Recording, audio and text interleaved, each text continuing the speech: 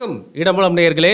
இன்று கிஷோர் கே சாமியுடன் பார்த்தீங்கன்னா, முக்கியமா ருசிகரமா 4 விஷயங்கள் இருக்கு. பேசி கலந்துரையாடுறதுக்கு, அவரோட பதில்கள பெறுறதுக்கு. அதற்கு முன்னாடி பார்த்தீங்கன்னா, அவருக்கு ரொம்ப பிடித்த நடிகர். ஒருவேளை அவர் கட்சி ஆரம்பிச்சிருந்தா, அவர் போய் சேர்ந்தா கூட சேர்ந்திருப்பாரு. அவருக்கு உடல்நல சரியில்லாம போச்சு. சிகிச்சை முடிந்து இப்போ வீட்டுக்கும் போயிட்டாரு. ஸோ அவருடைய இப்போ எந்த மனநிலையில இருக்காரு கிஷோருக்கு? 2 நாளா ரொம்ப சோகமா இருந்தாரு. இப்போ எப்படி இருக்காரு அப்படின்னு கேட்டு நம்மளோட காணொளிய ஆரம்பிக்கலாம். வணக்கம். ரிலீடா ஃபீல் பண்ணுறீங்களா? சூப்பர் ஸ்டார் திருப்பியும் வீடு திரும்பிட்டாரு. அவருடைய மைனர் இதுதான் அது. ஒரு ஜஸ்ட் ஒரு சர்ஜரி கூட கிடையாது. அது ஜஸ்ட் ஸ்மால் ட்ரீட்மெண்ட். அதனால் அவர் வீடு திரும்பி விடுவார். அதுவும் அவர் திட்டமிட்டு தான் அது பண்ணாங்க. அதாவது அவருக்கு கொஞ்ச நாளாகவே அன்ஈசினஸ் இருந்தது. ஸோ அது ரிலேட்டடாக அவருக்கு அந்த ஒரு ட்ரீட்மெண்ட்டை கொடுக்க வேண்டிய அவசியம் ஏற்பட்டதுனால அவர் பிளான் பண்ணி அதுக்கப்புறம் தான் அவர் மருத்துவமனையில் அனுமதித்து கொண்டார். And subsequently is recovering, is back home. இன்னும் கொஞ்ச நாள் ரெஸ்ட்டுக்கு அப்புறம் ஸோ அவரோட வேட்டையின் ஷூட்டை ரெஸ்யூம் பண்ணிவிடுவார். I pray that he recovers fully completely and comes back. Fine. சரி, நான் சொன்ன மாதிரி ஒருவேளை கட்சி ஆரம்பிச்சிருந்தா போய் சேர்ந்துருப்பீங்களோ? அவருடைய கட்சி அவர் ஆரம்பிக்க போகிறார் அப்படின்ற அந்த சூழலில் பார்த்தீங்கன்னாக்க திமுகவை எதிர்க்கக்கூடிய அளவில் தான் அது இருந்தது. திமுகவே தங்களை போயிட்டு அவருக்கு எதிராக அப்படின்னு நிறுத்தி கொண்டார்கள். ஸோ அப்படி இருக்கும்பொழுது எந்த கட்சியாக இருந்தாலும் அதில் ஆதரவு இருக்க தானே செய்யும். அது இந்த கட்சி அந்த கட்சி நம்ம ஏன் பார்க்குறோம்? ஆச்சு அண்ணா திமுக அப்படின்றது அது ஒரு நேச்சுரல் அஃபினிட்டி. என்னுடைய எக்ஸ்போஷர் நான் நிறைய கட்சிகளோடு நான் ஏற்படுத்தியிருக்கேன். இப்போ உதாரணத்துக்கு பார்த்தீங்கன்னாக்கா 2010 அந்த காலகட்டத்தில் நாம் தமிழர் கட்சி அவங்க ராவணன்குடியில் இருக்கு இல்லையா, அவங்களுடைய ஆஃபீஸ் இருக்கு இல்லையா, அங்கே போவேன். இப்போ கூட ஏதோ ஒரு சர்ச்சை இல்லாமல் போயிட்டு நம்ம இடும்பாவனம் கார்த்தி அங்கே இருப்பார். அங்கே தான் ஸ்டே பண்ணிகிட்டு இருப்பார். ரொம்ப சிம்பிள். மாற்றுறதுக்கு என்ன ஒரு மூணு ட்ரெஸ் வச்சுருப்பாப்புல அந்த ஷெல்ஃபில். இப்போ வரைக்கும் இடும்பாவனம் கார்த்தி அப்படி தான் அங்கேயே சாப்பிட்டு அங்கே தான் இப்படி இஸ் ஸோ டெடிக்கேட்டட். இப்போ வரைக்கும் அப்படி தான் இருக்கு. சாட்டை தான் வெளி உலகமோ இல்லை வெளியில் போய் ஒரு என்டர்டெயின்மெண்ட்டோ, தனக்குன்னு ஒரு என்டர்டெயின்மெண்ட்டு, தனக்குன்னு ஒரு ஏதாவது ஒன்று செய்யணும் அப்படின்னு நம்ம நினச்சதே கிடையாது. எனக்கு அதில் ரொம்ப வருத்தம் என்னென்னா, அப்படி இருந்த ஒரு நபர் இடும்பாவனம் கார்த்தி அவ்வளோ வேறு கட்சியாக இருக்கலாம், but it still is sacrifice so much. அப்படி இருந்த ஒரு நபரை அவனுக்கு ஒரு தனிப்பட்ட விஷயங்கள் இருக்கும்ல, எல்லாருக்கும் இருக்கும். இதெல்லாம் இஸ் ஓன் பர்சனல் விஷயங்கள். அதை பொது வழியில் கொண்டு அசிங்கப்படுத்தியது அப்படின்றது எனக்கு உடன்பாடே கிடையாது. இல்லை, ரொம்ப மனசே ஆறலை எனக்கு. அது பிகாஸ் ஐ நோ எந்த அளவுக்கு இஸ் டெடிக்கேட்டட் அப்படின்னு சொல்லிட்டு. அப்போ அவ்வளோ டெடிக்கேட்டடாக இருக்கக்கூடிய ஒரு நபரை போயிட்டு கொச்சைப்படுத்துறதுக்கு தனிப்பட்ட விஷயங்களை எடுத்து பேசுறது இருக்கு இல்லையா. தனிப்பட்ட விஷயங்களை நீ பொது மேடையில் கொண்டு வந்துட்டால் நம்ம பேசத்தான் போகிறோம், அது வேறு விஷயம். But E doesn't deserve it. நீங்கள் இடும்பாவனம் கார்த்தியோட நிறைய கருத்துக்களில் பார்த்தீங்கன்னாக்கா எனக்கு நிறைய மாற்று கருத்துக்கள் இருக்குது. நான் நிறைய அதை I will refute it and say இது தப்பு அப்படின்னு. பட் அது வேறு. அதுக்காக going below the belt it is not required. Okay, நான் இப்போ எடுத்து வச்சுருக்கேன் நிறைய விஷயங்கள் பேசுகிறதுல நாம் தமிழர் கட்சி சம்மந்தப்பட்டோம். நீங்களே வேற ஒரு விதமாக அதுக்கு வந்துட்டீங்க. இப்போ வருண்குமார் அவர்கள் ரொம்ப நாளாக இந்த விஷயம் சைலண்ட்டாக இருந்தது. திருப்பியும் பார்த்தீங்கன்னா ஒரு வார்னிங் கொடுத்துருக்காரு நாம் தமிழர் கட்சியினர், குறிப்பாக சீமான் இல்லை அவரோட தரப்பில் போட்ட எல்லா பதிவையும் நீக்க சொல்லி திருப்பியும் ஒரு வார்னிங் கொடுத்துருக்காரு. கொஞ்ச நாள் ஸ்லீப் மோடில் இருந்துச்சு இந்த பிரச்சனை, இப்போ திருப்பியும் ஆரம்பிச்சிருச்சு பாருங்களா. இல்லை, அவர் ஒரு அதிகாரியை தனிப்பட்ட விதத்தில் நீங்கள் தாக்கக்கூடாதுங்க. நீங்கள் வேறு எந்த வேணால் அரசியல் பண்ணுங்கள். அரசியல் ரீதியாக இன்னொரு அரசியல் தலைவரை நீங்கள் என்ன வேணாலும் பேசுங்க. இப்போ ஒரு அதிகாரியை நீங்கள் தனிப்பட்ட விதத்தில் நீங்கள் கொண்டு போகிறது, ஒரு அதிகாரி மேலே ஃபோக்கஸ்டாக கொண்டு போனதுன்றது தப்பு. இதை நாம் தமிழர் கட்சி தவிர்த்துருக்கணும். எனக்கு நாம் தமிழர் கட்சி மேலே அக்கறை இருக்கிறதுனால நான் இதை சொல்கிறேன், சரியா. ஒரு அதிகாரின்றவர் அவங்க 1008 ப்ரெஷரில் ஒர்க் பண்ணுறாங்க. ஒரு நாளைக்கு எவ்வளோ பஞ்சாயத்து வருது தெரியுமா? ஜஸ்ட் ஒரு சிங்கிள் டேயில் அவ்வளோ பஞ்சாயத்து வரும். திருட்டு கேஸ்லேருந்து, கொலை, மர்டர்லேருந்து ஆரம்பித்து டே இன் அண்ட் டே அவுட் அவங்க அவ்வளோ ப்ரெஷரில் ஒர்க் பண்ணுறாங்க. காவல்துறை அதிகாரிகள்கிட்ட நம்ம தவறுகளை கண்டுபிடிக்கிறோம், குற்றங்களை கண்டுபிடிக்கிறோம். பிளேனிக்காக have we put ourselves into that shoes. இப்போது உதாரணத்துக்கு சிறை எடுத்துப்போம். சிறை காவல்துறைன்றது தனி, சரியா. இப்போ சிறை எடுத்துப்போம். ஒரு பர்டிகுலர் பிளாக்குக்கு ஒரு காவலர் இருப்பாங்க.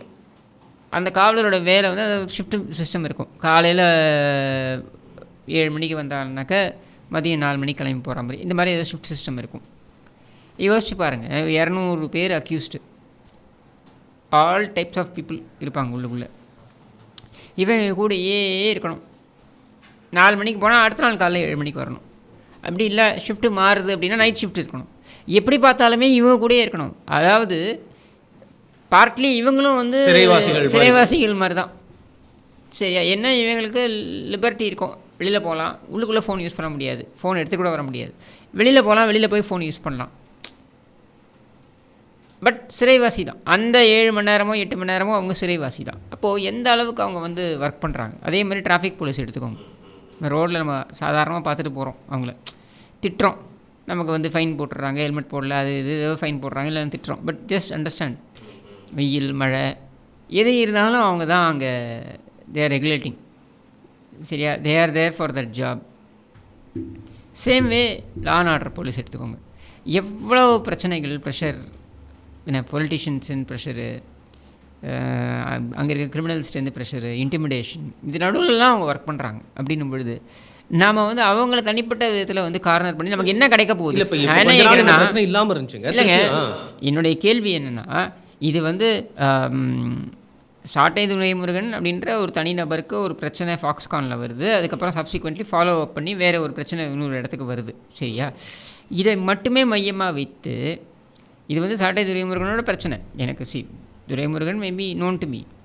பட் நான் என்ன கேட்குறேன் அப்படின்னா, இதே நீ ஒரு கட்சியோடைய பிரச்சனையாக நீ மாற்றி, சரி கட்சியோட பிரச்சனையாக மாற்றுறீங்கன்னா கூட அது திமுகவை எடுத்து தான் இருந்திருக்கணுமே தவிர்த்து ஒரு தனி அதிகாரி மீது நீங்கள் எதுக்கு பாயிறீங்க? அங்கே தான் தப்பு நடந்துருச்சு. I feel that is not right. நீங்கள் ஒரு அதிகாரிகளை விட்டுருங்க, அவங்க என்ன பண்ணுவாங்க? ஆட்சியாளர்கள் என்ன சொல்கிறார்களோ அதை தான் அவர்கள் செய்ய வேண்டும் அப்படின்ற நிலைக்கு தள்ளப்படுகிறார்கள். ப்ளஸ் யூ அண்டர்ஸ்டாண்ட் ஃபாக்ஸ்கானில் என்ன பிரச்சனைன்றதை புரிஞ்சுக்கோங்க. இது வந்து சீரியஸ் ரிப்ரகஷன் நமக்கு இருக்குது. நம்ம வந்து ஒரு சட்டம் ஒழுங்கு பிரச்சனையை நம்ம சாதாரணமாக பார்க்குறோம். ஆனால் நீங்கள் அதுக்கு பின்னாடி இருக்கக்கூடிய குளோபல் பாலிட்டிக்ஸ், ஜியோ பாலிட்டிக்ஸ் என்னன்றதை நீங்கள் புரிஞ்சுக்கணும். சரியா? சீனாவிலேருந்து எல்லாமே இங்கே மாறி வந்துக்கிட்டு இருக்குது அப்படின்னும்போது சீனாவிலேருந்து நிறைய ப்ரெஷர் போடுறாங்க, வேறு விதத்தில் பணம் பம்ப் பண்ணுறாங்க. சரியா? பணம் பம்ப் பண்ணி இங்கே இன்ஸ்டிகேட் பண்ணுறாங்க. அந்த இன்ஸ்டிகேஷனுக்கு நம்ம இடம் கொடுத்துடக்கூடாது. அப்போது அந்த இடத்துல நீங்கள் ஒரு கலவரமாக நீங்கள் இதை வந்து ஏதோ ஒரு என்ன சொல்கிறது, இது வந்து கார்ப்பரேட்டுகள்லாம் வந்து வில்லன்கள் அப்படின்னு சித்தரிக்கிற பேர் வழி அப்படின்னு நீங்கள் பண்ண போகிறீங்க அப்படின்னா நாளைக்கு தமிழ்நாட்டுடைய முதலீடுகளையே அது பாதிக்கக்கூடிய அளவிற்கு அது போகும். இப்போது நீங்கள் ஃபாக்ஸ்கானுடைய ஹெட் குவார்ட்டர்ஸில் என்ன பார்ப்பாங்க? இங்கே கலவரம், அப்போ நம்ம இங்கே இருக்க வேண்டாம். அவங்கள பொறுத்தவரைக்கும் அது ஒரு டெசிஷன். ஒரு இடத்துல இன்னொரு இடத்துக்கு போயிட போகிறாங்க, நான் மாற்றிட்டு போயிடுறேன், நான் தெலுங்கானாக்கு போயிடுறேன், நான் பெங்களூர் போயிடுறேன் அப்படின்னு போயிடுவாங்க. பட் நமக்கு அப்போது அவங்க ஜஸ்ட் ஒரு டிசைட் பண்ணிட்டு போயிடுவாங்க. ஏன்னா அவங்கள பொறுத்தவரைக்கும் they want to avoid problems. அவங்களுக்கு ப்ராப்ளம் இருக்க வேண்டாம். பட் தமிழ்நாடுடைய பேர் கெட்டு போகுது. அப்போது அந்த இடத்துல நீங்கள் கொஞ்சம் கேர்ஃபுல்லாக இருந்திருக்கணும். நான் துரைமுருகனுக்கும் என்ன சொல்ல வரேன்னா, எமோஷ்னலாக நீங்கள் வந்து உங்களை வந்து நிறைய பேர் பார்த்துக்கிட்டு இருக்காங்க அப்படின்னும்போது நீங்கள் எமோஷ்னலாக பர்ஸ்ட் அவுட் ஆகும்பொழுது என்ன ஆகுதுன்னா, அதை நிறைய பேர் உள்வாங்கிக்கிறாங்க. சீரியஸாக உள்வாங்கிக்கிட்டு அவங்க அந்த வீடியோவோட கடந்து போகிறது கிடையாது. அதோடைய நீட்சியாக அவங்க வந்து அவங்களுடைய பார்ட்டிசிபேஷன் என்ன இருக்க முடியும்னு சொல்லிட்டு அவங்க பரப்புரைகளை மேற்கொள்கிறாங்க. இது ரொம்ப தப்பு. அப்போது இதை வந்து அவர் ஆக்ஷன் எடுக்காமல் போலீஸ் அதிகாரி என்ன பண்ணுவார்? ஓகே, அதனால தான் இப்போ திருப்பியும் வந்து இப்போ நீங்கள் அது என்ன ஆகுதுன்னா, இது ஒரு இடத்தோட நீங்கள் முடிக்கணும். சீமானுடைய ஏன்னா அவர் மேலே எனக்கு மரியாதை இருக்கிறதுனால நான் சொல்கிறேன். நான் எதிர்பார்க்குறது அவர்கிட்ட என்னென்னா, இதோடு நம்ம வந்து தனிப்பட்ட அதிகாரிகள் மீது நம்ம வந்து ஒரு காழ்ப்பா அல்லது ஒரு பிரச்சனையாக நம்ம எடுத்துகிட்டு போக வேண்டிய அவசியம் இல்லை அப்படின்றத புரிந்துக்கிட்டு அவர் அதிலிருந்து விடுபடுறது நல்லதுன்னு நான் ஃபீல். ஓகே, ஒரு வடிவேல் காமெடியில் நானா நீயா அப்படின்னு அவர் இறங்கி ஒரு அதிகாரியோடு நீங்கள் வந்து இந்த மாதிரி வந்து மல்லுக்கட்டுவது அப்படின்றது சரி கிடையாது. என்னை பொறுத்த வரைக்கும் நான் திரும்ப சொல்கிறேன். As a well-wisher of him I'm saying but இது சரி கிடையாது. ஏன்னா அவங்களுக்கும் ஃபேமிலி இருக்குது அண்ட் அவங்களுடைய ஃபேமிலியை நீங்கள் வந்து தாக்குற மாதிரி நீங்கள் வந்து உங்களுடைய பேச்சுக்களை புரிந்து கொள்ளப்பட முடியும் அப்படின்றதான். நான் வந்து சீமான்ற தனிநபரை சொல்லலை, சார்ந்தவர்கள். பட் சார்ந்தவர்கள் இப்போ நீங்கள் அவங்க அந்த அதிகாரியுடைய இது கீழே போய் பாருங்கள் என்ன மாதிரி தான் கமெண்ட் போடுறாங்கன்ட்டு. It's not correct. ஓகே, இது அதாங்க ஒருத்தர் சொன்னாங்க. அப்போ இதை முற்றுப்புள்ளி வைக்கக்கூடிய இடத்துல யார் இருக்காங்க தெரியுமா? சீமான் தான் இருக்கார். அவரும் ஒரு வாட்டி சொன்னா கேட்க மாட்டாங்க, பல வாட்டி சொல்லணும், ஸ்டர்னா சொல்லணும். அதை வந்து அவர் வந்து he should come out and say that ஒரு தனிப்பட்ட அதிகாரியுடன் நாம் தமிழர் கட்சிக்கு எந்த பிரச்சனையும் கிடையாது. எல்லா அதிகாரிகளையும் நம்ம வந்து அவர்கள் காவல்துறை அதிகாரிகள் என்கிற வகையில் நாங்கள் அவர்களை மதிக்கிறோம் அப்படின்றது தான் ரிஃப்ரைனாக இருக்கணும். அப்படி அவர் சொல்லிட்டாருன்னு வைங்களேன், இது ஒரு முற்றுப்புள்ளி. இதை வளர்த்துக்கிட்டே போகிறதுல என்ன இது இருக்குது சொல்லுங்கள்?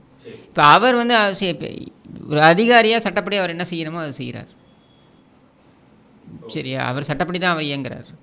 அப்போது இது வந்து நீங்கள் இந்த இடத்துல நீங்கள் நிகேட் பண்ண முடியும், இந்த இடத்துல நீங்கள் நிறுத்த முடியும். நிறுத்துங்கன்ற நான் ஒரு கோரிக்கையாக வைக்கிறேன். ரைட். ஒரு காட்சியில் ஒரு பாட்டு ரிட்டையர் ரவுடி ஊரில் சுற்றிட்டு இருப்பார். அவர் வந்து பாரு எங்கள் அண்ணன் வந்துட்டார் அப்படின்னு சொல்லி வடிவேல் நடுவரடு கூப்பிட்டு வந்து பார்த்தீங்கன்னா அவருக்கு தான் வந்து நிறைய அசிங்கங்கள் நடக்கும். அந்த மாதிரி தான் வந்து சீமான் அவர்கள் நான் வந்து கேடயமாக பயன்படுத்துகிறாங்க. இது சொல்லும்பொழுது I'm very carefully wording it. இது ஏன் நம்ம கேர்ஃபுல்லாக வேர்டு பண்ணுறேன் அப்படின்னா என்னோட பர்சனல் ஒப்பீனியன் இதெல்லாமே. சரியா? சரி, அரசியல் நீங்கள் வந்து திமுகவுக்கு எதிராக செய்யுங்க, அதிமுகவுக்கு எதிராக செய்யுங்க, இல்லை வேறு கட்சிகள் காங்கிரஸுக்கு எதிராக செய்யுங்க, பாஜகவுக்கு எதிராக செய்யுங்க, இதெல்லாம் யாருமே கேள்வி கேட்க முடியாது. இதில் யாரும் தலையிடவும் முடியாது. ஏன்னா இது உங்களுடைய அரசியல் பாதை என்பது அரசியல் ரீதியாக நீங்கள் வந்து பல கட்சிகள் நீங்கள் எதிர்ப்பது அல்லது ஏதாவது ஒரு கட்சியோடைய நிலைப்பாட்டை ஆதரிப்பது அப்படின்றது நீங்கள் எடுத்துக்கலாம். அதை யாரும் இது பண்ண முடியாது. பட் அதிகாரிகள் அப்படின்றவங்க அவங்கள நம்ம இதுக்குள்ளே இழுப்பது என்பது சரி கிடையாது என்பது என்னுடைய தனிப்பட்ட கருத்து. அரசியல் பற்றி பேசினோமா, சினிமா விமர்சனம் பண்ணுறோம், அந்த மாதிரி ஜாலியாக லைஃபை ஓட்டிகிட்டு போயிட்டு இருக்கும்போது இதுக்கு தேவையில்லாமல் இந்த மாதிரி பிரச்சனை மாட்டிக்கிறீங்க அப்படிங்கிறீங்க. கரெக்ட். இந்த பிரச்சனையில் மாட்டிக்கிறீங்க கூட சொல்ல. நான் என்ன சொல்கிறேன், இந்த பிரச்சனையை வளர்க்க வேண்டிய அவசியமே இல்லை. இதுக்கு ரொம்ப அழகாக அவருக்கு தெரியாது கிடையாது, நம்ம யாரும் அறிவுரை சொல்ல வேண்டிய அவசியம் கிடையாது. சரியா? அப்போ அவரே அதை முற்றுப்புள்ளி வச்சிடலாம். நம்ம இதுக்கு மேலே வளர்த்துட்டு போக வேணாம். வேற ஒரு விஷயம், நானும் பேச வேணாம்னு பார்த்துட்டே இருக்கேன்.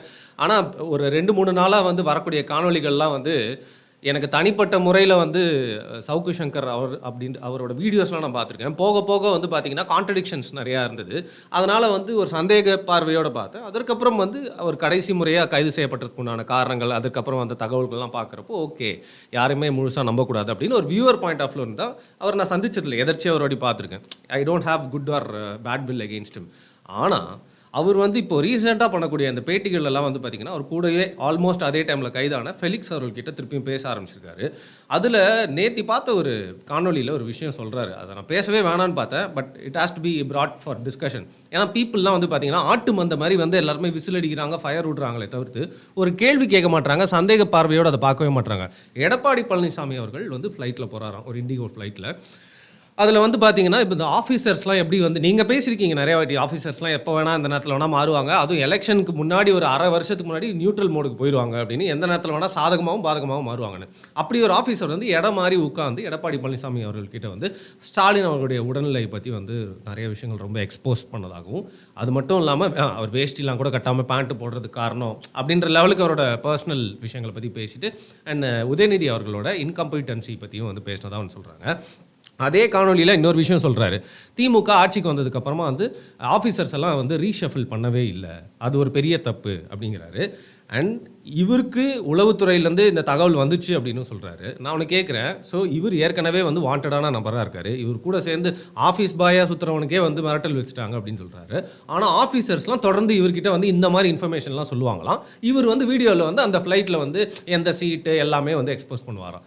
ஸோ இவரும் ஆஃபீஸரை மாற்றணும் அப்படின்னு சொல்லுவார். இதில் நிறைய கான்ட்ரடிக்ஷன்ஸ் இருக்குது. இதில் எது கதை எது நிஜம் அப்படின்னு பிரித்து பார்க்க முடியாத அளவுக்கு இருக்குது. இதுக்கும் மக்கள் வந்து ஆட்டு மந்த மாதிரி மூளையே இல்லாமல் ஏன் ஃபயர் விடுறாங்க அப்படின்னு ஒரு தனிப்பட்ட வகையில் ஒரு கோபம் இருக்குது எனக்கு. அதனால தான் கேட்குறேன், உங்களை ஏதோ ஏற்றி விட்றேன், ஏதோ பேச வைக்கிறேன் அப்படின்லாம் நினைக்காதீங்க. இதில் என்னென்னா, நம்ம எதாவது கருத்து சொன்னாலும் இது எப்படி போகும்னா நமக்கு எதுவும் போகாமல் இல்லை ஏங்க இல்லை அது அப்படி நினச்சிக்கன்னா அப்படி எனக்கு வந்து எந்த இடத்துலையுமே கிடையாது. In fact I should say that when I was in news, I was the person who instigated and said that அவரை வந்து அழைத்து பேச வைக்கணும் அப்படின்னு சொல்லிட்டு. அப்போது அவர் அங்கே ஸ்டாஃப்கிட்ட சொன்னது என்ன, கிஷோர் இருந்தால் நான் வரமாட்டேன் அப்படின்னு சொல்லிட்டு.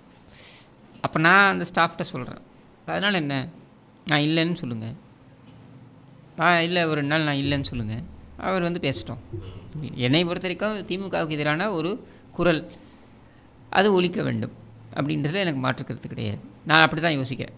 பர்சனலாக நான் எதையுமே எடுத்துகிட்டு போக விரும்பலை, with him specially. Personally I have lot of issues இந்த சென்ஸ். நான் ஏற்கனவே நிறைய இடங்களில் உங்களுக்கு இல்லை அதை பற்றி நானும் இழுக்க விரும்பல, எனக்கும் அதை பற்றி கேட்கணும்னு அவசியமா இல்லை, இன்ட்ரெஸ்ட்டும் இல்லை. என் மேலே கம்ப்ளைண்ட் ஃபைல் பண்ணணும்னு இன்ஸ்டிகேட் பண்ணது அவர், என்னை வந்து குண்டாஸில் போடணுன்றதுக்காக நிறைய ஒர்க் பண்ணார். இதெல்லாம் இருக்கட்டும், சரி, இது எல்லாமே நான் அவரை பர்சனலாக நான் இது பண்ணிக்கல. But yes you are right, நிறைய கான்ட்ரடிக்ஷன்ஸ் எங்கே வருது அப்படின்னு பார்த்தீங்கன்னா, அவர் சிறைக்கு போகிறதுக்கு முன்னால் இதே ஃபெலிக்ஸோட பேட்டி கொடுத்துருப்பார். அந்த பேட்டியில் பார்த்தீங்கன்னாக்க உதயநிதியை வந்து நீங்கள் உடனே அவருக்கு பதவி கொடுங்க. ஞாபகம் இருக்கு, அந்த ஈரா ஞாபகம் இருக்கு எனக்கு. சரியா, உதயநிதிக்கு உடனே பதவியை கொடுங்க. உதயநிதி கேன் டூ இட் அப்படின்னு நிறுத்தி ஒரு பாஸ் வரும். அப்போது 4 மாதத்தில் இப்போ இந்த சிறையெல்லாம் முடிஞ்சு, இந்த 5 மாதம் சிறை முடிஞ்சு, இப்போ வந்தோடனே உதயநிதிக்கு இவ்வளோ சீக்கிரம் கொடுத்தீங்க அப்படின்னா, இப்போ 5 மாதத்தில் என்ன மாறிடுச்சு? 5 மாதத்துக்கு முன்னாடியே உதயநிதி இஸ் கேப்பபிள், ஸ்டாலின் கொடுத்து விட வேண்டும். யாருக்கு? உதயநிதிக்கு கொடுத்து விட வேண்டும் பதவியை, ஸ்டாலினால் முடியல அப்படின்னு சொன்னதும் இவர் தான். 5 மாதங்களில் ஸ்டாலின் வந்து உடனே கொடுத்தாரு உதயநிதிக்கு பதவியை அப்படின்னு கேட்குறதும் இவர் தான். இந்த பண்டில் ஆஃப் கான்ட்ரடிக்ஷன்ஸ்ன்றது இப்போ இல்லை, 2021க்கு முன்னாடியிலேருந்தே இருக்குது. அதாவது 2021க்கு முன்னாடி வரைக்கும் ஸ்டாலினை போன்ற ஒரு திறமைசாலி யாரும் கிடையாதுன்னு சொன்னதும் இதே ஃபெலிக்ஸ், இதே சங்கர் தான். என்ன மாதிரியான திறமைசாலி அப்படின்ட்டு 2022 வரைக்கும் உங்களுக்கு ஞாபகம் இருக்கான்னு தெரில, அந்த இது பேர் என்ன, ஆளுநரோட பிரச்சனை வந்து முரசொலி ஒரு தலையங்கம் போட்டது, கொக்கென்று நினைத்தாயா கொங்கனவா அப்படின்னு சொல்லி போட்டு வந்தது. சில 2 பேரும் வணக்கம் ஃபெலிக்ஸ் அப்படின்ட்டு இவர் உடனே எடுத்து வந்து கொக்கென்று நினைத்தாயோ கொங்கனவா என்று பேசிவிட்டார் ஸ்டாலின், ஹி நோஸ் அப்படி இப்படி சொல்லி அன்னைக்கு காசு கொடுத்து வாங்கின ஒரே நபரா அவங்க சரியா, அதை வச்சு அவ்வளோ பேசினாங்க. நம்ம கொஸ்டின் இஸ், உங்களுடைய இழுப்புக்கு யாரும் வரல அப்படின்றதுனால நீங்கள் வந்து அந்த இதை வந்து மாற்றிக்கிறீங்க, உங்கள் ஸ்டாண்டை மாற்றிக்கிறீங்க. அதுக்கான உரிமை உங்களுக்கு இருக்குது, அதை நம்ம தப்பு சொல்ல முடியாது. என்னை பொறுத்த வரைக்கும் திமுகவுக்கு எதிராக எந்த குரலாக இருந்தாலும் அந்த குரல் ஆதரிக்கப்பட வேண்டும். ஆனால் நான் தான் யோகியன் என்று சொல்லி கொண்டு வர அளவுக்கு இங்கே யோகிதை கிடையாது அப்படின்றத மட்டும் நான் சொல்லி அதோட ஐ வில் ஸ்டாப் தேர். ஏன்னா இது வந்து என்னென்னா, இன்றைக்கி என்ன ஆயிடுச்சு, இன்றைக்கி இருக்கக்கூடிய ஏஜில் எப்படி இருக்குன்னா, மெலோ ட்ராமாட்டிக்காக ஏதாவது ஒன்று பண்ணால் தான் அது வந்து மக்கள் அவங்களே தெரிஞ்சுதான் ஏமாறுறாங்கன்னு தோணுது எனக்கு. அவங்களுக்கு பிடிச்சி ஏமாறுறாங்க இல்லை, இட்ஸ் அன் என்டர்டெயின்மெண்ட். ஸோ அப்போ இவர் ஒரு என்டர்டெயின்மெண்ட்டாக தான் பார்க்குறாங்க. ஒரு காலத்தில் வைகோ அந்த மாதிரி என்டர்டெயின் பண்ணுவார், எங்க அதுக்கு முன்னாடி செம்மையாக பேசுவாருங்க, அர்த்தமுள்ள. பட் இருந்தாலும் சொல்கிறேன் நான், அது மாதிரி இது ஒரு என்டர்டெயின்மெண்ட் தான். I don't fault him. அவருக்கு ஒரு அநீதி இழைக்கப்பட்டதாக அவர் நினைக்கிறாரு, திமுக தரப்பிலிருந்து அவருக்கு அநீதி இழைக்கப்பட்டதாக நினைக்கிறாரு. அதற்கான அடிப்படை இருக்குது. ஏன்னா நீங்கள் வந்து ஒரு கஸ்டடியில் எடுக்கிறீங்க, போட்டு அடிக்கிறதெல்லாம் வந்து இட் இஸ் அதே கரண்ட் அஃபேரில் நம்ம அந்த விஷயங்கள்லாம் நடந்துட்டு இருக்கப்போ பேரலி நம்ம அதை பற்றியும் பேசியிருக்கோம். We have voiced out our you know good will for தப்புன்னு சொல்லியிருக்கோம். ஆனால் சரின்றதையும் சரின்னு சொல்கிறோம். இப்போ அவர் வந்து அதிமுகவுக்கு ஆதரவாக ஒரு நிலைப்பாடு எடுக்கிறாருன்றதுனால அவர் சொல்கிறதெல்லாம் சரி நம்ம எடுத்துக்க வேண்டிய அவசியம் கிடையாது. அதில் தான் நான் இந்த இதையும் கொண்டு வரேன். அதாவது ஃப்ளைட்டில் போகும்பொழுது அதிகாரி வந்து பேசினார், அதிகாரி வந்து இங்கே சி எண்ட் ஆஃப் த டே இதெல்லாம் வந்து இன்டெலிஜென்ஸ் வாட்ச் பண்ணின்னு தான் இருக்காங்க, ஒவ்வொரு மூவியும் வாட்ச் பண்ணுறாங்க. இப்போது உதாரணத்திற்கு நான் வந்து இப்போ முந்தானத்துக்கு ஐடி விங்கோடைய கூட்டம் நடந்தது, இதில் அதிமுக தலைமை கழகத்தில் நடந்தது. ஆமாம், நான் வந்து அங்கே போக நேர்ந்தது. ஐ கேன் சி அங்கே இன்டெலிஜென்ஸ் ஆளுங்க யார் யார் இருக்காங்க அப்படின்ட்டு. இவன் வந்து இன்டெலிஜென்ஸ் வந்து அவங்க கலெக்ட் பண்ணிகிட்டே இருப்பாங்க இன்ஃபர்மேஷன் எல்லா இடத்துலையும். ஸோ இப்போ வந்து ஒரு பிரதான எதிர்க்கட்சியுடைய தலைவர் திரு எடப்பாடி பழனிசாமி அவர்கள் டெல்லி போகிறாரு அப்படின்னா எதுக்காக போகிறாருன்னு அவங்க வாட்ச் பண்ணிட்டு தான் இருப்பாங்க. சரியா, அப்படின்னும் பொழுது அவர் ஃப்ளைட்டில் போகிறாரு, யார் பக்கத்தில் உட்காடுறாங்க, இதெல்லாம் தெரியாமலாம் இருக்காது. ஸோ என்னால் அதை வந்து I take it with pinch of salt. நான் இதெல்லாம் வந்து ஒரு பொருட்டாக எடுத்துக்கிறது இல்லை. ஏன்னா ஸ்டாலினுடைய உடல்நிலையோ, அவர் வந்து ஆரோக்கியமாக இருக்கணும்னு தான் நான் நினைப்பேன். 100 ஆண்டுகள் ஆரோக்கியமாக இருக்கணும், என்ன நம்மளை இம்சை பண்ணாமல் இருக்கணும், அவ்வளவுதான் நம்ம சொல்லக்கூடியது. ஆனால் நிறைய இம்சை பண்ணுறாரு, அது வேறு விஷயம். But as health comes I would want him to be in the robust health. நல்ல ஆயுளுடன் அவர் இருக்க வேண்டும், அதில் ஒன்றும் மாற்று கருத்து கிடையாது. ரெண்டாவது, அவர் கூற்றுப்படியே, சங்கருடைய கூற்றுப்படியே எடப்பாடி பழனிசாமி அவர்கள் அதை கண்டுகொள்ளவில்லை, இந்த விஷயத்தெல்லாம் அவர் காதிலே போட்டுக்கல அப்படின்ட்டு. பிகாஸ் ஒரு அரசியல்வாதியாக அவர் எதற்காக இன்னொருத்தருடைய உடல்நிலையை பற்றி கவலைப்படணும்னா அவர் எதுக்காக அதை பற்றி நோண்டி அதை வச்சு அரசியல் அந்த மாதிரியான ஒரு அரசியல்வாதி அவர் கிடையாது. அவருக்கான ஒரு விஷன் இருக்குது. அவர் வந்து ஒரு சில விஷயங்களை அவர் மனதில் வைத்திருக்கிறார். இது இந்த கால்குலேஷனில் நான் அவரை புரிந்து கொண்ட வரைக்கும் இது இப்படி தான் போகணும் அப்படின்னு அவர் மனசை செட் பண்ணிட்டாருன்னா அது அப்படி தான் போகும். அது எந்த இடத்துலையும் அது காம்ப்ரமைஸே பண்ண மாட்டார். அதே மாதிரி அவர் ஒரு விஷயத்தை கமிட்மெண்ட் கொடுத்துட்டாருன்னா அதை அவர் என்ன நடந்தாலும் ஆனர் பண்ணுவார். அது கூட்டணியாக இருக்கட்டும், எதுவாக வேணா இருக்கட்டும். ஸோ அந்த மாதிரியான ஒரு மைண்ட் செட்டில் இருக்கக்கூடியவர் இதை பற்றிலாம் அவர் பொருட்படுத்துவாரானா படுத்த மாட்டார். ஓகே, நான் இதை எடுத்தது டாபிக் ஆஃப் டிஸ்கஷன் எடுத்ததுக்கு ஒரு முக்கியமான காரணம் என்னென்னா, ஒரு 1,00,000 பேர் இருக்காங்க அப்படின்னா அதில் ஒரு 10 பேராவது வந்து இனிமேல் ஒரு விழிப்போடு வந்து ஒரு காணொலியை பார்க்க மாட்டாங்களா? அது யார் பேசினாலும் சரி, யாரையுமே உத்தமர்னு ஃபுல்லாக பிராண்ட் பண்ண முடியாது. ஓகே, இப்போது நடந்து முடிஞ்ச மது ஒழிப்பு மாநாடு, போதை பழக்கத்துக்கு எதிரான, போதை பொருளுக்கு எதிரான ஒரு மாநாடாக பார்க்கப்பட்டது. அதாவது மாதிரி சொல்லப்பட்டது விசிகாவின் உளுந்தூர்பேட்டையில் நடந்த இந்த மாநாடு இல்லையா? ஸோ இந்த மாநாடு எப்படி நடந்து முடிஞ்சதுன்னு நினைக்கிறீங்க? அது மட்டும் இல்லாமல் திருமாவர்கள் நிறைய அதில் கருத்துக்கள்லாம் வந்து சொல்லியிருக்காரு. யார் வந்து மதுவை கொண்டு வந்தா, யார் வந்து மது விலக்கு கொண்டு வந்தா, திருப்பியும் மக்களை யார் வந்து குடிக்கு வந்து அடிமையாக்கணும் அப்படிங்கிற மாதிரி சொன்னப்போ வந்து பார்த்திங்கன்னா நிறைய கான்ட்ரடிக்ஷன்ஸ் இருந்துச்சு. குறிப்பாக ஜெயலலிதா, எம்ஜிஆர் அவர்கள் வந்து இதில் ஒரு பெரிய பங்காற்றுறாங்க அப்படிங்கிற மாதிரி மீன் பண்ணார் தான் அவரோட பேச்சு இருந்ததா எனக்கு தெரியுது. ஸோ ஃபஸ்ட்டு ஆரம்பிக்கிறப்போ வந்து திமுகக்கு எதிராக ஆரம்பித்த ஒரு மாநாடு மாதிரி, அதுக்கப்புறம் வந்து ஆதவ் அர்ஜுனன் பேசி எகெயின்ஸ்ட் திமுக அப்படிங்கிற மாதிரி சீனை கொண்டு வந்து இன்றைக்கி வந்து என்ன பண்ணியிருக்காருன்னு பார்த்தீங்கன்னா, முழுக்க வந்து அதிமுக அந்த மாநாட்டில் போய் கலந்துக்கிறதா இருந்தது. ஆனால் அதிமுகவோட பெரும் தலைவர்களான 2 பேர் தான் மது பழக்கத்துக்கான முக்கியமான காரணம் அப்படின்னு மீன் பண்ணுற மாதிரி வந்து பேசியிருக்காரு. அதெல்லாம் நீங்கள் கவனிச்சிங்களா, பார்த்தீங்களா? அந்த மாநாட்டை பற்றி என்ன நினைக்கிறீங்க? முதலானதே இந்த வந்து ஒரு அரசியல் மாநாடு, மசில் ஃப்ளெக்ஸிங், அவ்வளவுதான். சரியா? கூட்டணி பேரத்துக்காக செய்யக்கூடியதாக நான் பார்க்குறேன். இதில் பெரிய மக்கள் மீதான அக்கறை இருப்பதாக நான் கருதலை. அதனால் இது மாதிரியான மாநாடுகள் நடத்துவதற்கு அவர் உரிமை இருக்கான்னா இருக்குது.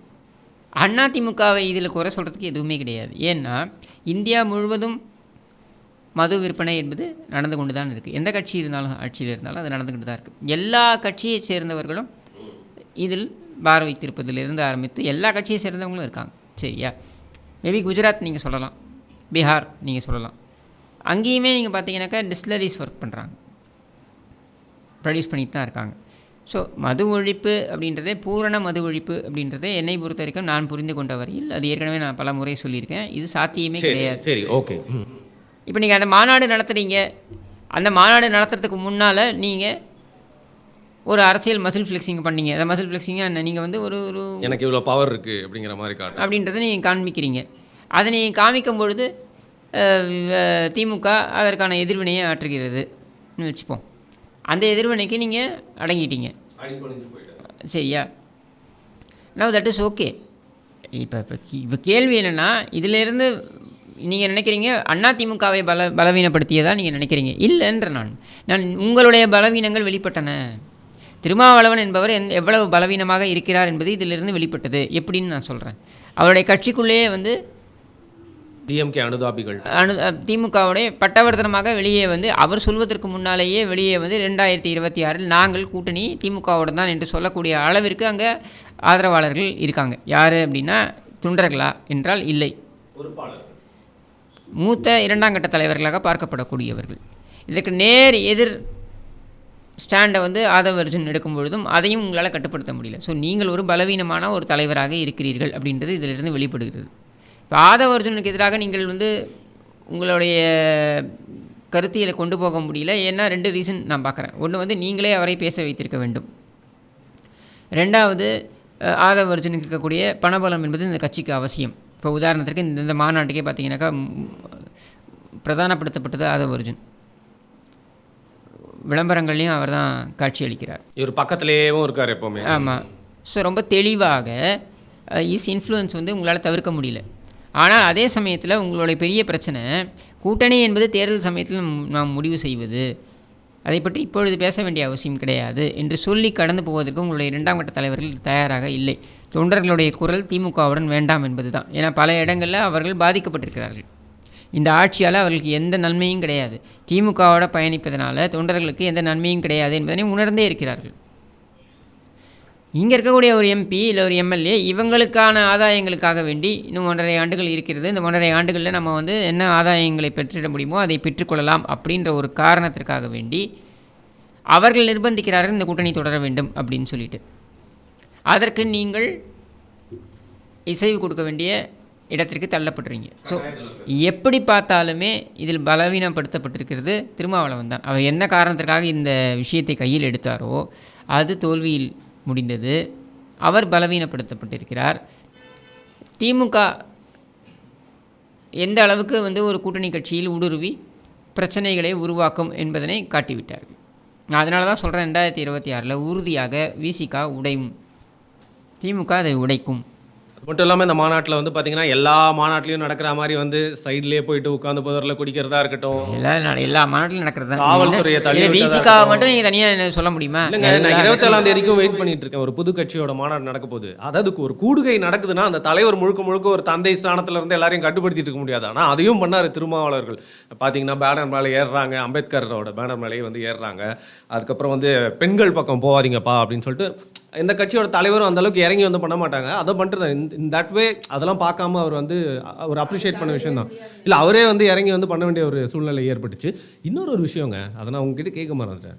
நானே எதிர்பார்க்கல. எல்லா விதமான தலைவர்களோட கட் அவுட் வந்து வச்சுருந்தாங்க. இல்லை ராஜாஜியோட கட் அவுட் வந்து வச்சுருந்தாங்க. ஸோ என்ன மாதிரியான ஒரு மெசேஜை பாஸ் பண்ணுறேன்? ஏன்னா நிறைய பேர் அதுக்கு வந்து ஆதரவு தெரிவிச்சிருக்காங்க, எதிர்ப்பும் வந்து சொல்லியிருக்காங்க இல்லையா? ஸோ நீங்கள் ராஜாஜியை பொறுத்த வரைக்கும் மதுவிலக்கு அப்படின்ற கொள்கையை வந்து ரொம்ப தீவிரமாக முன்னெடுத்தவர். இன்னும் சொல்ல வேண்டுமென்றால் இந்தியாவிலேயே, குஜராத்துக்கெலாம் முன்னாடியே இந்தியாவிலேயே முதலில் மதுவிலக்கு அப்படின்றத அமல்படுத்தியவர் வந்து ராஜாஜி. சேலத்தில் தான் அவர் அமல்படுத்துகிறாரு. அதுக்கப்புறம் பிற்பாடு மெட்ராஸ் பிரசிடென்சியிலேயே பெரும்பகுதி அந்த மதுவிலக்கு கொள்கை கீழே வராங்க. ஸோ அதை நினைவாக வைத்து அவர் வந்து அந்த கட் அவுட்டை பரவாயில்ல, இதான் ஃபர்ஸ்ட் டைம் ராஜாஜியோட கட் அவுட்டை நான் பார்த்துருக்கேன். அது பெருசாக அது ரொம்ப புதுமையாகவும் இருந்தது அப்படின்னு சொல்லலாம். அண்ட் இவங்க திமுகலேருந்து பொங்குறதுக்கு எதுவுமே கிடையாது. ஏன்னா ராஜாஜியை உச்சாணி கொம்பில் வைத்து புகழ்ந்தவர்கள் திமுகவினர் தான். ராஜாஜியும் திமுக, அதாவது அண்ணாதுரை அவர்களுடைய தலைமையிலான திமுகவை சொல்கிறேன், கருணாநிதி திமுகவை சொல்லலை. திரு அண்ணாதுரை அவர்களுடைய தலைமையிலான திமுக என்பதனை ராஜாஜி உச்சத்தில் வைத்து புகழ்ந்தார். ஏன்னா திரு அண்ணாதுரை அவர்களே அவர் ஒரு நேஷனல் லீடராக பார்த்தார், ஒரு தேசிய அளவிலான ஒரு தலைவராக பார்த்தார். இன்னும் சொல்ல வேண்டுமென்றால் நேருவுக்கு மாற்றாக கூட பார்த்தார். அப்படி அவர் பார்த்த காரணத்தினால அவருடைய இதை பெருமையை வந்து திமுகவினர் ஒரு காலத்தில் பேசியிருக்கிறார்கள். திரு அண்ணாதுரை அவர்களே பேசுகிறார். 1962 காஞ்சிபுரத்தில் பேசுகிறார். நான் யாரை தந்தையாக நினைத்தேனோ அவர் என்னுடைய அரசியலை எதிர்க்கிறார். நான் யாரை வாழ்நாள் முழுக்க திட்டிக் கொண்டிருந்தேனோ அவர் என்னை ஆதரிக்கிறார் அப்படின்னு சொல்லி ராஜாஜியை புகழ்கிறார். உணர்ச்சி மிகு புகழ்ச்சி அது. அதுக்கு அடுத்த ஆண்டு 1963 கோகலே ஹாலில் நடக்கிற கூட்டத்துலேயும் பார்த்திங்கனாக்கா நமக்கான மரியாதையை கூட்டியிருக்கிறார் ராஜாஜி டெல்லியில். அதனால் அவரை நம்ம வந்து என்ன சொல்கிறது, நம்ம வந்து மதிக்க வேண்டும், இதை நம் நல்ல வகையில் பயன்படுத்தி கொள்ள வேண்டும்னு பதிவு பண்ணுறார், அண்ணாதுரை பதிவு பண்ணுறார். ஸோ ராஜாஜி அந்தளவுக்கு ஒரு முக்கியமான ஒரு ரோலை ப்ளே பண்ணுறார். திமுக ஆட்சிக்கு வருவதற்கு ஒரு முக்கியமான ரோலை, பல விஷயங்கள் இருக்குது, அதில் ராஜாஜியோடைய பங்கும் இருக்குது, அதை மறுக்கவே முடியாது. அவருடைய 9% சேர்த்து தான் நீங்கள், அவர் கட்சியோட 9% சேர்த்து தான் நீங்கள் ஆட்சியை பிடிக்கிறீங்க. அந்த 9%க்கான விலையை அவர் உங்களிடமிருந்து மிரட்டி வாங்கவில்லை.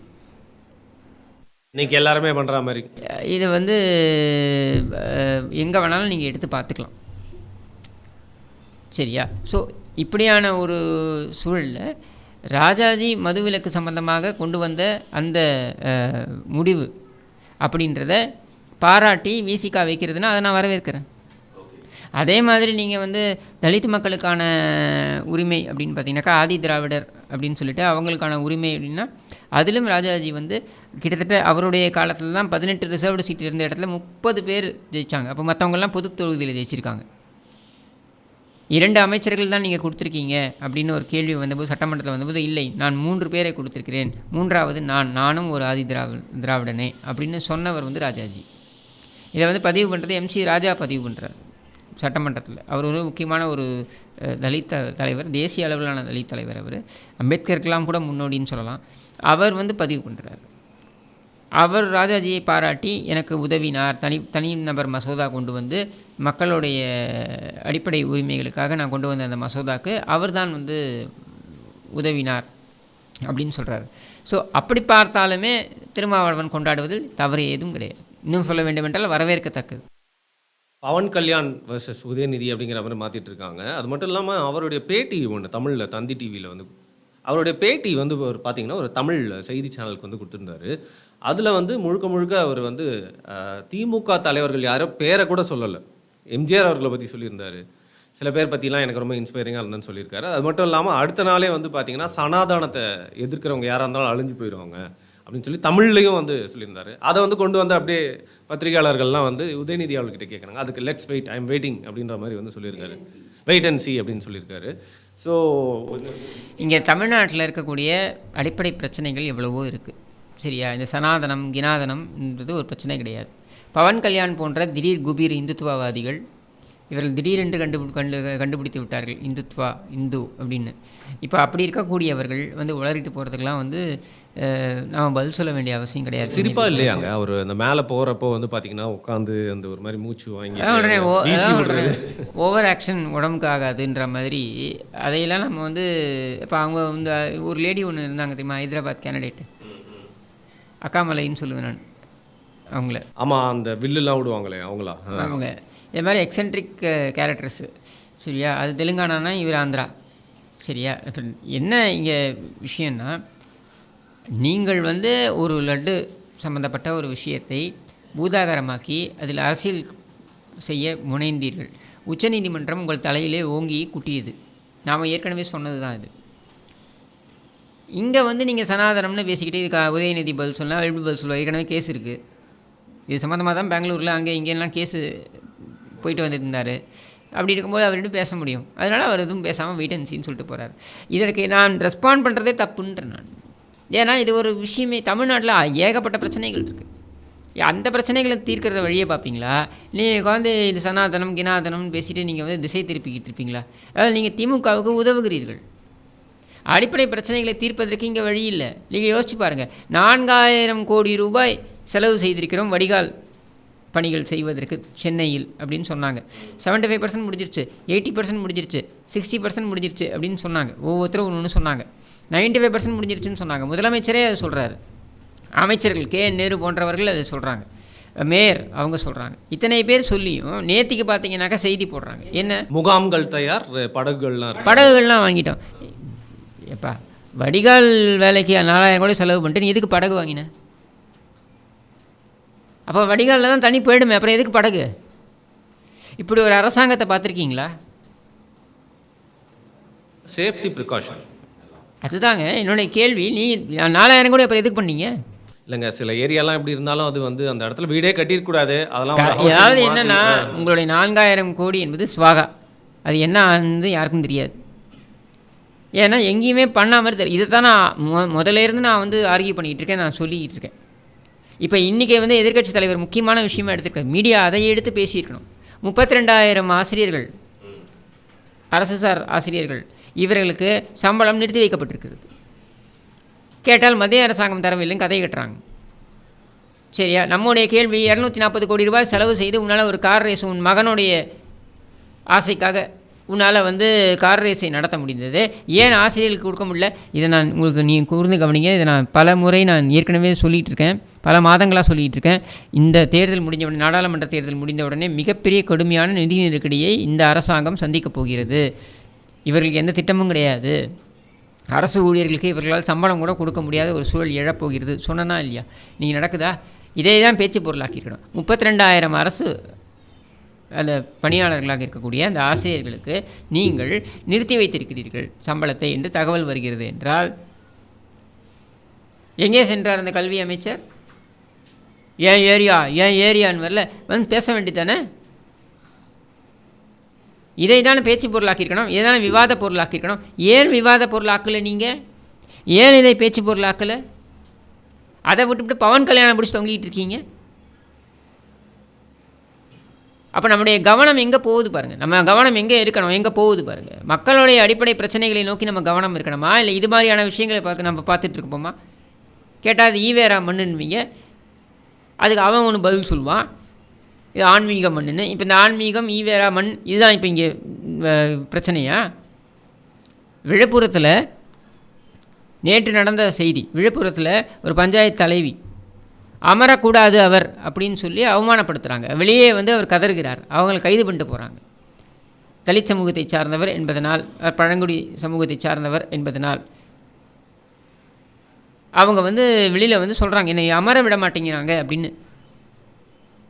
அவ்வளோ ஒரு மனக்குமுறலுடன் அவங்க பேசுகிறாங்க, அவங்களையும் கைது பண்ணிட்டு போகிறாங்க. இப்போ நம்மளுடைய கேள்வி என்ன வருது அப்படின்னா, இதையெல்லாம் நீங்கள் வந்து கவனிக்கணும்ல. நீங்கள் சமூக நீதி காத்த மண் என்று சொல்கிறீர்கள் அல்லவா, இதையெல்லாம் பாருங்கள். அதை விட்டுவிட்டு பவன் கல்யாணோட லாவணி கச்சேரி பண்ணுறதுக்கு இதுதான் மீடியாவோட வேலையா?